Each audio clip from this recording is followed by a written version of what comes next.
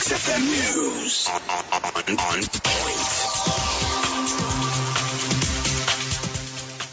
The news on XFM. I'm Chris or Tim. Ugandan President Yoweri Kaguta Museveni has further eased the COVID-19 lockdown and allowed schools to reopen for candidate classes, giving an update on the fight against the pandemic in a televised address last night.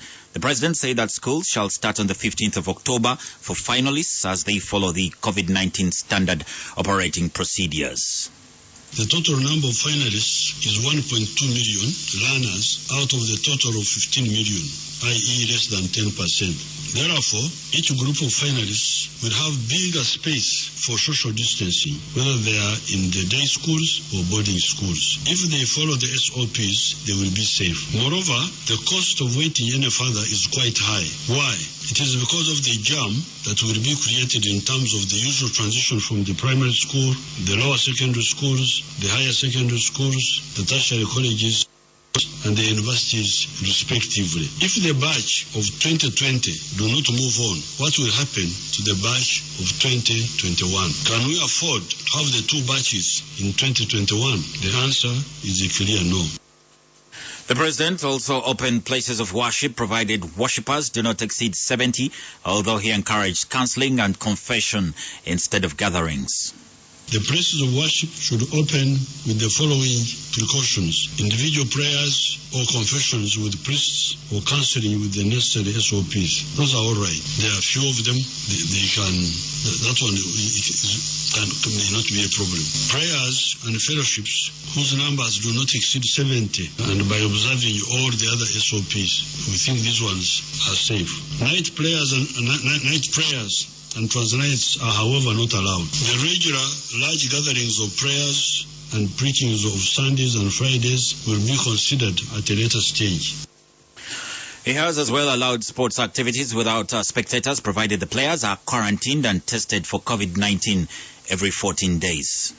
Open-air activities of sports will reopen, provided there are no spectators. We must learn to have games without spectators, without our release. We shall watch on TV.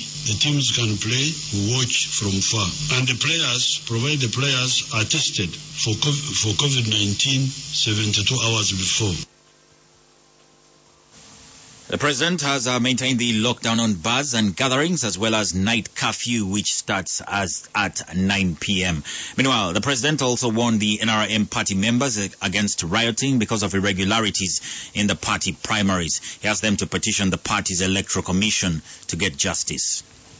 Incredibly, some of these people thought they could also cheat that people could line up 200 here, 100 here, then they go and change the facts on what they call declaration forms. This is just a waste of time because people were there, they witnessed, they saw.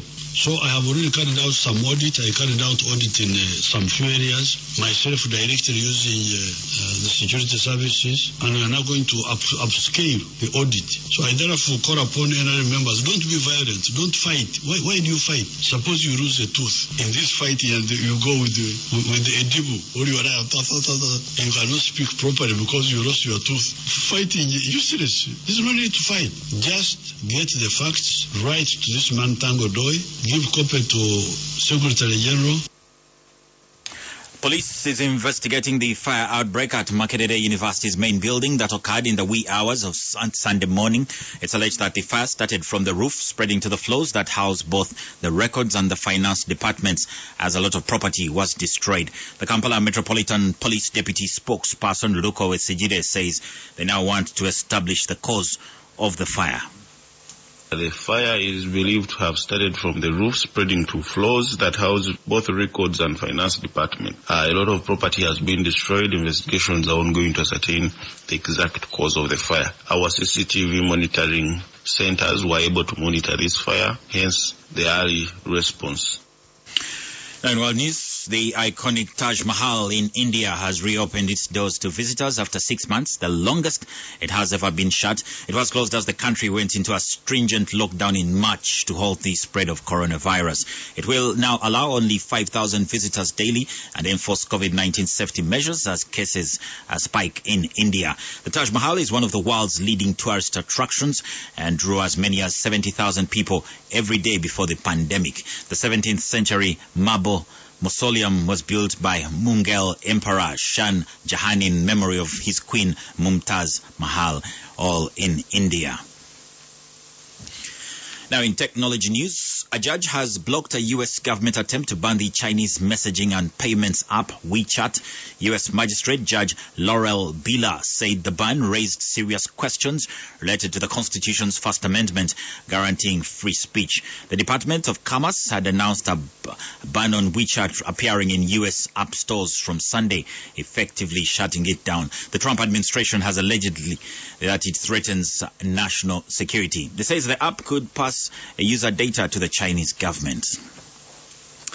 Now in sports, Cristiano Ronaldo squad as Juventus marked Andre Pirlo's first match as head coach with a comfortable 3-0 win over Sampdoria in the Serie A. Sweden striker Dejan Kulusevski opened the scoring on his debut with a calm finish into the bottom left corner, and Leonardo Bonucci prodded in the second for Juve, who are chasing a 10th successive Scudetto. Ronaldo, who had earlier hit the crossbar, rounded off the scoring late on from Aaron Ramsey's pass. That's the latest XFM News. XFM News on point.